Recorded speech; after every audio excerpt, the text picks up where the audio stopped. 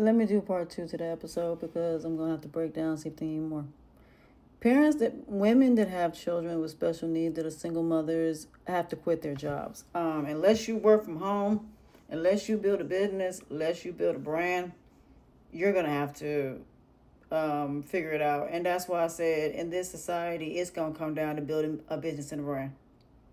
That's just it on that. Because there are people out here who have extenuating circumstances as to why they cannot work. Some people have to end up staying with their parents. Now, the one thing that is good about children with special needs, they are entitled to Social Security and they're entitled to Medicaid. That is a good thing. The problem is when you put them into CAP services, it does change into behavioral health. And matter of fact, I got to call them about his Medicaid because it's been changed.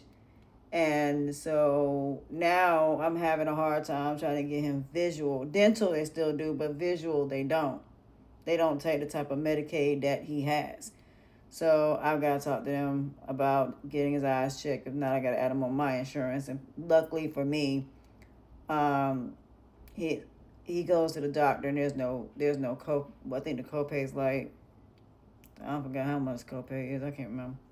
But when they turn 18, they take away the vision. Y'all don't understand Medicaid.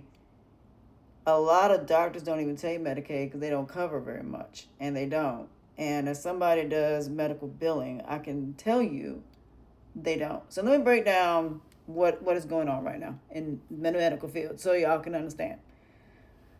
The better insurance you have, the more that you're going to be able to get done. For example, I'm supposed to get another colonoscopy done.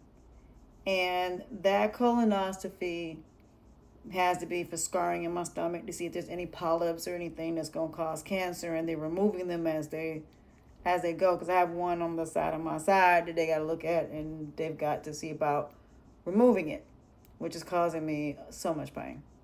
But long story short, it's same with autistic kids. With speech therapy, it's just giving them the basics, but it's not really where it teaches them about communication. Because some of these kids can actually somewhat speak, but they can't articulate sentences on their own, which is something I was trying to get them to do, and I had to end up doing it myself. So a lot of it, you're going to have to do yourself. Once they learn the basics, that's pretty much it. There's nothing that speech can do once they start talking. You have to teach them how to enunciate their words. You're going to have to teach them how to do these things the same as you would a normal child, but it's just going to take a little bit longer. So, for example, potty training is going to be harder. Teaching how to speak is going to be harder. So all it is playing catch up. So while your kid is growing physically as they are, mentally they're delayed. So it's really a mental disability where one side of the brain works differently than the other. So once you figure out what side of the brain you need to work on, that's when you're going to have to work on consequences, repercussions, and karma, helping them to weigh pros and cons, and then critical thinking, common sense, and common judgment. That is the first thing they need to learn. Once they learn that, once they learn how to share, then socially you can work on that. Once you work on socially, then the education part it'll come just like that. But the problem is they're in school till they turn 22. But after 22, their education doesn't continue, which I wished it would.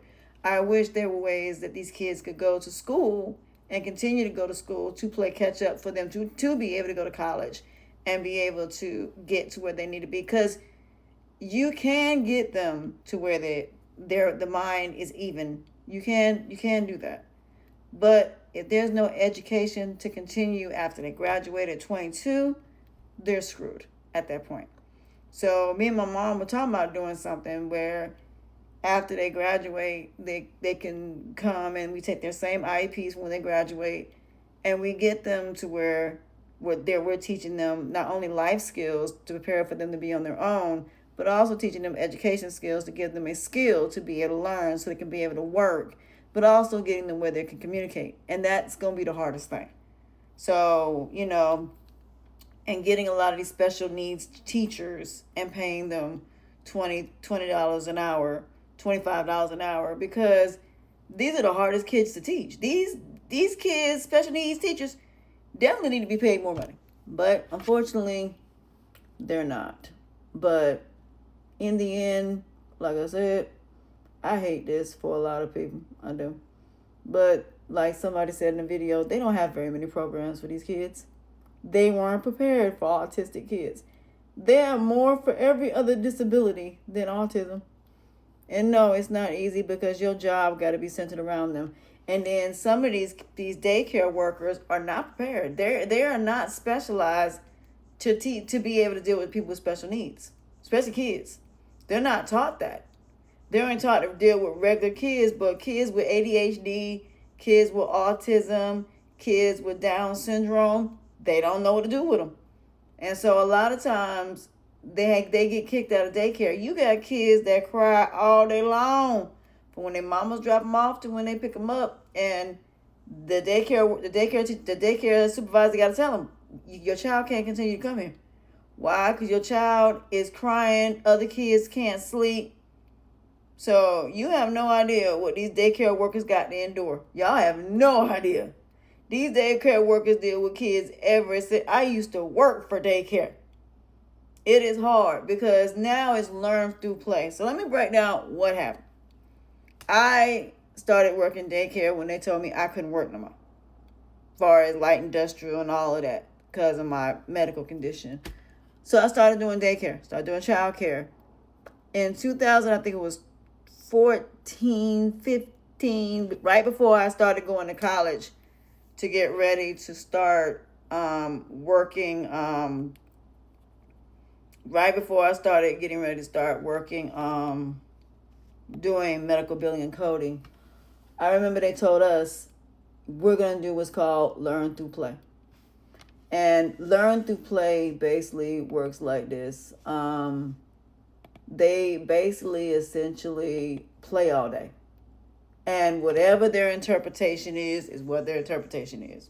You got to go all the way back to George W. Bush when he said, "No child left behind." So again, this is what happened. When they had that no child left behind and every child passes, no matter whether or not they know how to read or not, no matter if they know how to write or not, no matter if they know arithmetic, it doesn't matter. Pass them. A lot of these athletes were held back because they were not paying attention in class. Well, now girls are doing their homework, and now they're pushing forward. They're not the ones doing their homework. Their girlfriends are doing their homework, or some girl that they like. There's some girl they can get to do their homework. So, like I said, it sucks what's going on right now. But again, this is what was voted on. So the only thing you can do right now is make some very difficult choices. You're either gonna have to stay home with your kids, or you're gonna have to go to work. But either way it goes, you're screwed either way. But that's been going on though.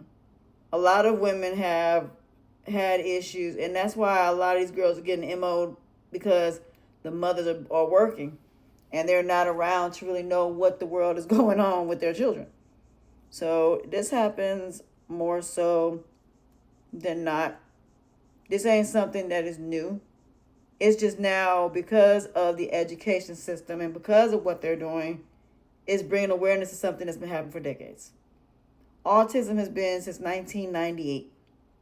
1998. If they were really trying to find issues for this, it'd have been then.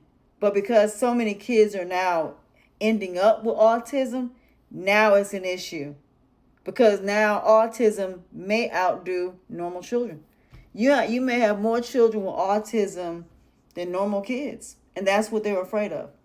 They're afraid that there'll be more autistic kids, more children with special needs than children that are normal. Because the autism rate is rising rapidly. But it's mainly because the umbilical cord wrapped around the head, and a lot of women are more focused on what they look like than what's best for the baby. A lot of these women are starving themselves. A lot of women are not taking care of themselves while they're pregnant.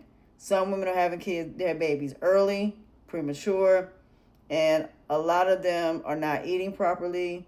A lot of them are starving themselves. A lot of these girls didn't even want these kids. And the average female has kids with their firstborn between the age of 8 years old and 22. So imagine being that young having a child.